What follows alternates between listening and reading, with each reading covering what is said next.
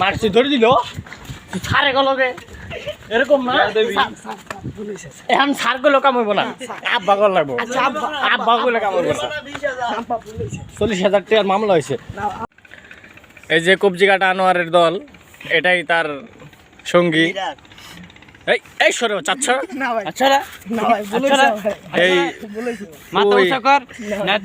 আমগা এলাকা থেকে মানুষের বাড়ি থেকে বেড়া চুরি করেছে, তারও উপযোগে আমাদের কেস করেছে।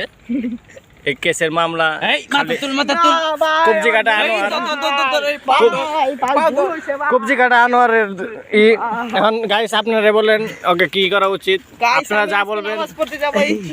তিনজন আমাকে ধরেছে, এখন আমাকে আসামি আমি ধরছি, আমরা নামাজ পড়তে যাবো, আমি মুসলিম মানুষ একজন, আমি সারাদিন সে মানুষের বাসা থেকে বেড়া চুরি করে মানুষের অভিযোগ দিয়েছে। না ভাই এটা পুরোটাই মিথ্যা কথা। আমি এখন দুটো বেড়া দুটো পেন্টি একটু এদিক দিয়ে হাঁটা চলা করে এখন মানুষের লাখ টাকা দামের পেন্টি চুরি করে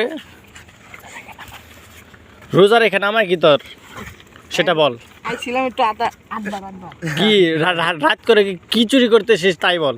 কবজি কাটা আনোয়ারের দল বল, গ্যাংয়ের লোক। ভাই আমার টুপিটা